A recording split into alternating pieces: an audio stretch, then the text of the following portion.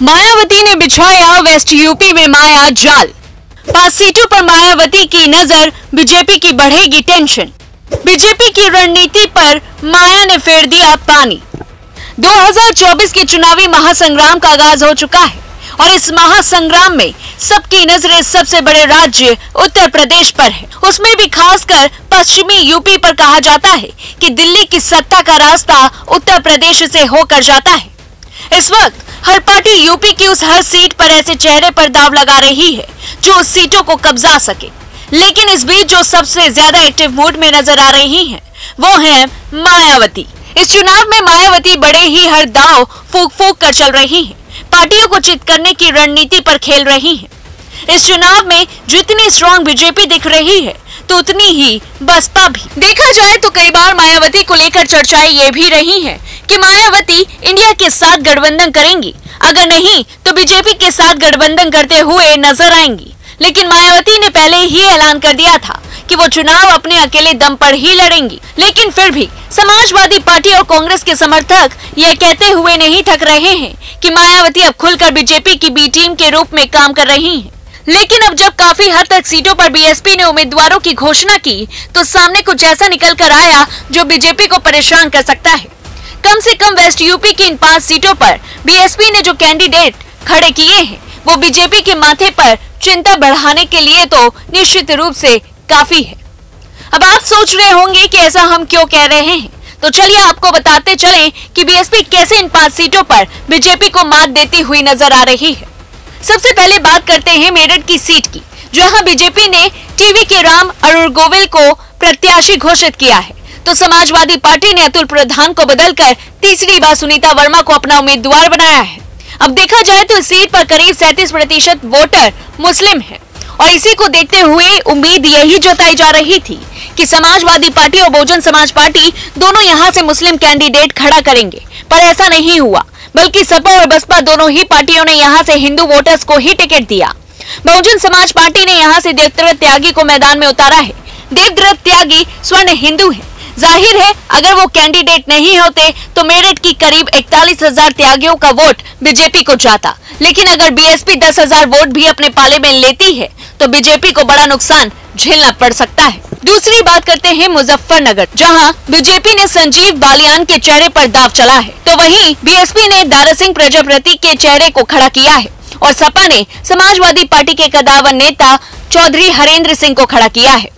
2013 में हुए मुजफ्फरनगर दंगे के बाद से ये सीट बीजेपी की ही हो चुकी है। 2014 के लोकसभा चुनाव में बीजेपी प्रत्याशी संजीव बालियान ने एक तरफा जीत दर्ज की थी, तो वहीं उस चुनाव में भारतीय जनता पार्टी ने बीएसपी के उम्मीदवार कादुर राणा को करीब 2.5 लाख वोटों से हराया था।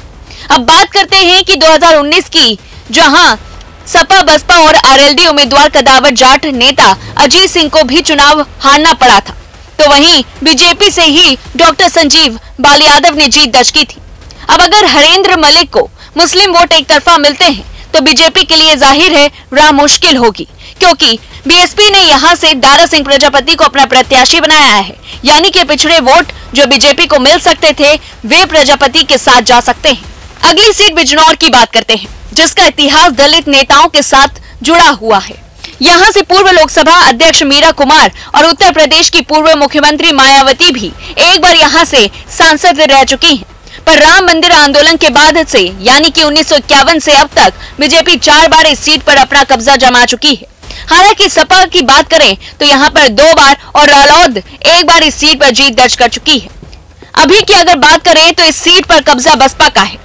एनडीए के उम्मीदवार के तौर पर यहाँ से आरएलडी प्रत्याशी चंदन चौहान अपनी किस्मत आजमा रहे हैं, जबकि समाजवादी पार्टी ने दीपक सैनिक को अपना उम्मीदवार बनाया है। बिजनौर में करीब 4.5 लाख से 5 लाख मुस्लिम वोटर्स हैं। करीब इसी के आसपास दलित वोटर भी हैं। 1.5 से 2.25 लाख के करीब जाट वोटर हैं। गुर्जर वोट सबसे कम करीब 50 से 75 हजार के बीच ही है। यही कारण है कि यहाँ मुस्लिम और दलित निर्णायक वोटर होते हैं। अगर बीएसपी ने किसी मुस्लिम, दलित या पिछड़ी जाति को टिकट दिया होता तो बीजेपी का फायदा हुआ होता, जैसा कि बीजेपी मानकर चल रही थी। अब बात करते हैं बागपत सीट की, जिसे मुस्लिम बहुल मतदाताओं की सीट कही जाती है और इस सीट पर मुस्लिम आबादी जीत हार का फैसला करती रही है। पर यहाँ से भी किसी दल ने मुस्लिम कैंडिडेट नहीं उतारे। बताते चले कि एनडीए की ओर से ये सीट आरएलडी को मिली हुई है। आरएलडी ने यहां से राजकुमार संगवान को टिकट दिया है। ऐसे में ये निश्चित है कि जाट वोट तो एनडीए को मिलेंगे, पर मुस्लिम वोट एक तरफा समाजवादी पार्टी की ओर जाएंगे। यहां से भी बीजेपी का यही गणित था कि अगर बीएसपी मुस्लिम कैंडिडेट खड़ी कर देती है तो एनडीए कैंडिडेट को बढ़त मिल जाती, लेकिन बीएसपी ने एक और मुश्किल बढ़ा दी है, वो भी यहां से बनिया प्रत्याशी खड़ा किया। जब मुकाबला कांटे का हो तो एक वोट महत्वपूर्ण हो जाता है। बीएसपी का बनिया प्रत्याशी निश्चित ही आरएलडी के लिए मुश्किल खड़ी करेगा, चूंकि बनिया बीजेपी का हार्ड कोर वोटर है, पर अगर अपनी जाति का कैंडिडेट है तो कुछ वोट तो उसे जाएंगे। सीतापुर और लखीमपुर खीरी को जोड़कर बना संसदीय क्षेत्र धौरहरा इस बार अपना चौथा सांसद चुनने जा रहा है। कांग्रेस ने यहां 2009 में सबसे पहले अपना खाता खोला था। तब यहां युवा नेता जितिन प्रसाद ने कांग्रेस के टिकट पर जीत दर्ज की थी। उन्होंने पहले चुनाव बसपा के राजेश वर्मा को हराकर चुनाव जीत लिया, लेकिन फिर यह सीट बीजेपी ही जीतती रही। इस बार भी भारतीय जनता पार्टी की रेखा वर्मा अपना हैट्रिक लगाने के लिए मैदान में उतर रही हैं, पर उन्हें रिकॉर्ड बनाने से रोकने की तैयारी बीएसपी ने कर ली है। बीएसपी ने भाजपा के ही एक बागी कैंडिडेट श्याम किशोर अवस्थी को अपना प्रत्याशी बनाया है, जबकि बीजेपी को उम्मीद थी कि बीएसपी इस बार भी यहां से कोई मुस्लिम कैंडिडेट खड़ी करेगी, क्योंकि 2019 में इस सीट पर भारतीय जनता पार्टी की रेखा वर्मा के निकटम प्रतिद्वंदी अरशद इलियास सिद्दीकी थे, जो करीब 1.5 लाख से ज्यादा मतों से हारे थे। तीसरे स्थान पर कांग्रेस के जितिन प्रसाद थे, जो अब बीजेपी की ओर से पीलीभीत में चुनाव लड़ रहे हैं। दरअसल लखीमपुर खीरी का क्षेत्र ब्राह्मण बहुल्य वाला है और इसका फायदा भारतीय जनता पार्टी को पिछले 2 चुनावों से मिलता रहा है, लेकिन बीएसपी का ब्राह्मण कैंडिडेट बीजेपी का काम खराब कर सकता है। इस पूरी रिपोर्ट को लेकर के आपकी क्या कुछ राय है, हमें कमेंट बॉक्स में जरूर बताइए और ऐसी तमाम बड़ी खबरों से जुड़े रहने के लिए देखते रहिए News1 इंडिया।